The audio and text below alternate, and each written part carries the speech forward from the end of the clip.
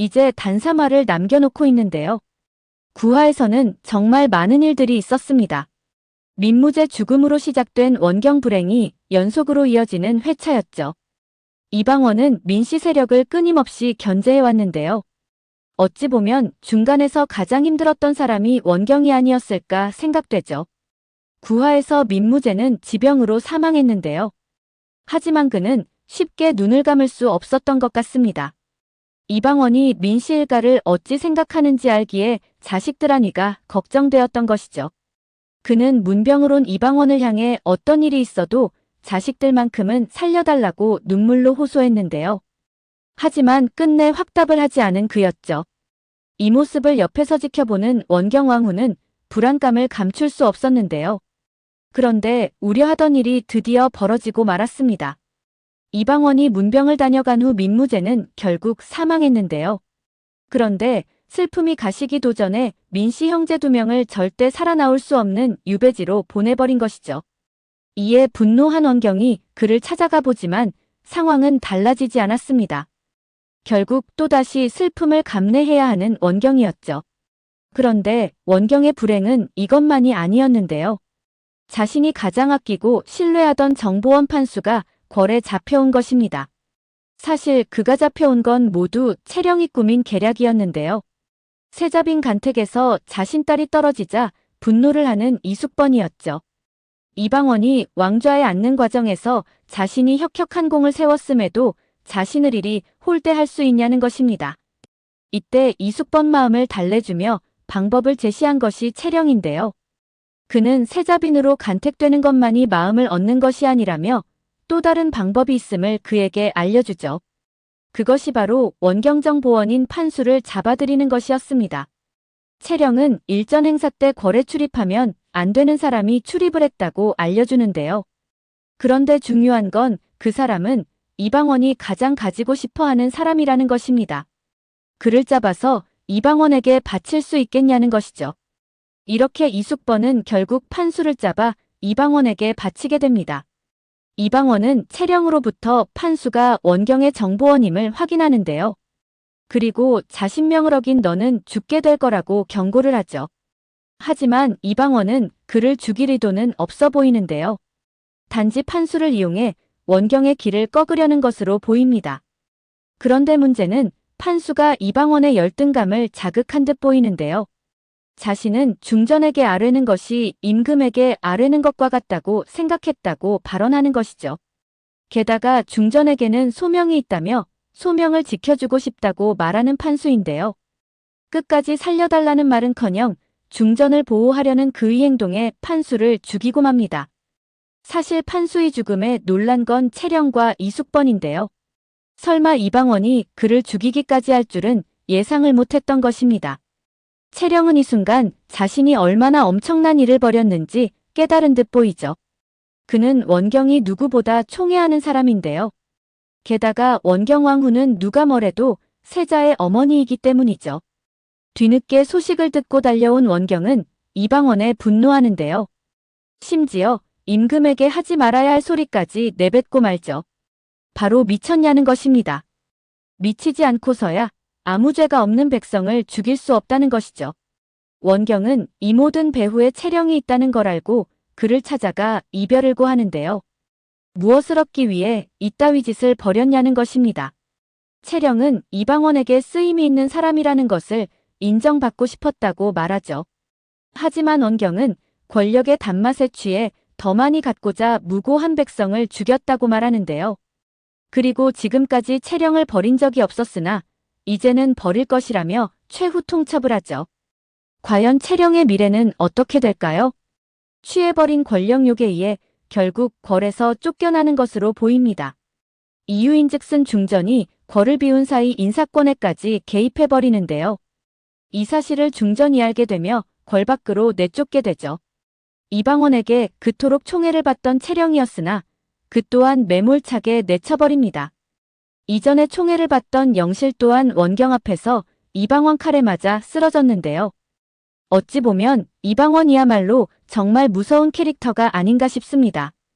때로는 원경에 대한 열등감으로 쪼잔해 보이지만 자신이 결정한 부분에 대해서는 강하게 밀고 나가는 캐릭터이죠. 채령은 노비이던 자신을 거두어주고 예뻐해주던 원경을 배신한 대가를 톡톡히 치르게 되는 것으로 보입니다. 10화에서는 원경이 위험에 처하게 되는데요.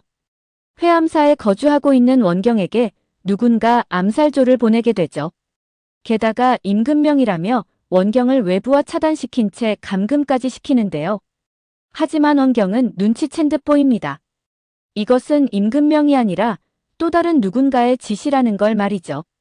하지만 원경을 죽이는 건 쉽지 않아 보입니다. 원경이 궐에 들어가지 않고 회암사에 거주하게 된 배경이 있는데요.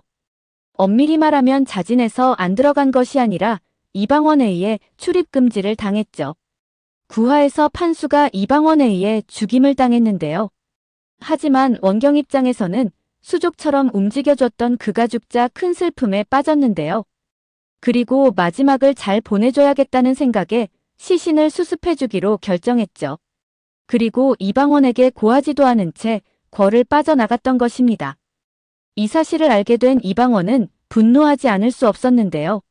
자신이 죽인 사람을 원경이 수습해준다니 동서고금을 막론하고 있을 수 없는 일이었기 때문이죠. 결국 분노한 이방원은 원경이 궐에 들어오는 것을 막아버렸는데요. 어쩔 수 없이 원경은 회암사로 갈 수밖에 없었던 것입니다. 그곳에서 원경은 권신들이 임금을 속이고 있다는 사실을 알고 분노했는데요. 힘들고 배고픈 백성들에게 구휼미를 내렸으나 전혀 전달되지 않았던 것입니다. 게다가 김씨 부인에게서 몰수한 땅을 회암사를 비롯해 백성들에게 나눠줄 것을 명했는데요. 이 또한 그들에게 전혀 전달되지 않았던 것입니다. 원경은 자신이 조사한 내용에 대해 임금에게 알리려 편지를 쓰게 되는데요. 모든 배후에 명선대부가 자리하고 있다는 사실 또한 편지에 적게 되죠. 그런데 이 과정에서 문제가 발생하게 되는데요. 편지를 전하고자 떠났던 스님이 괴한에게 습격을 받게 된 것입니다. 알고 보니 명선대부 쪽에서 원경을 감시하는 사람에게서 보고를 받게 된 것인데요. 원경이 임금에게 서신을 보냈다는 것입니다. 위험을 감지한 명선대부가 그를 죽이고 서찰을 가져오라고 명한 것이죠. 하지만 그 과정에서 함께 떠났던 동자승이 살아 돌아오며 원경도 이 사실을 모두 알게 됩니다. 그런데 명선대부의 악행은 여기서 그치지 않았는데요. 몸이 좋지 않은 이방원이 사냥을 떠날 계획을 세우자 또 다른 계략을 꾸미기 시작한 것입니다. 바로 임금명을 참칭해 원경을 회암사에 연금해버린 것입니다. 외부와는 일체 연락할 수 없게 된 상황이죠. 결국 원경은 이곳에서 빠져나갈 계획을 세우는데요.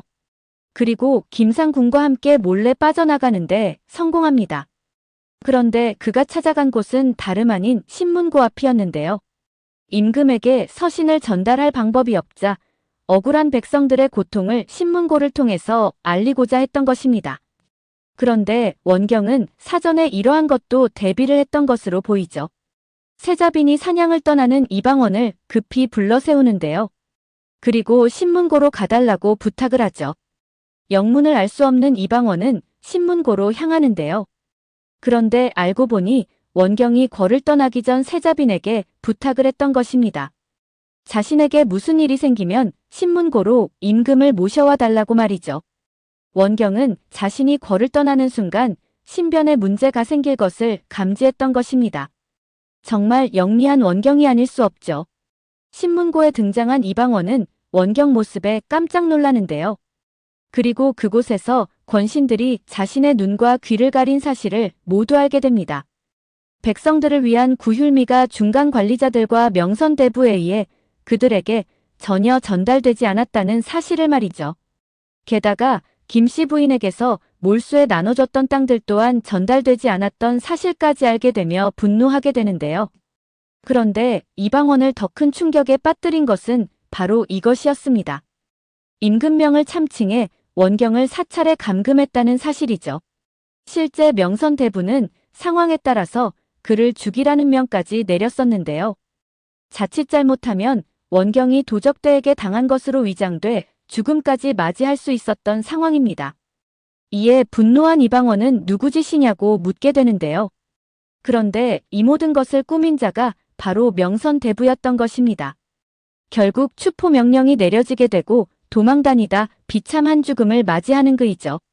원경은 명선대부를 사면해주지 말 것을 이방원에게 간청했었는데요. 이방원이 앞으로 나아가는 데 있어 그는 방해가 될 거라는 이유에서였죠. 하지만 잘만 다루면 유익하게 쓰일 수 있다며 결국 사면을 단행했습니다.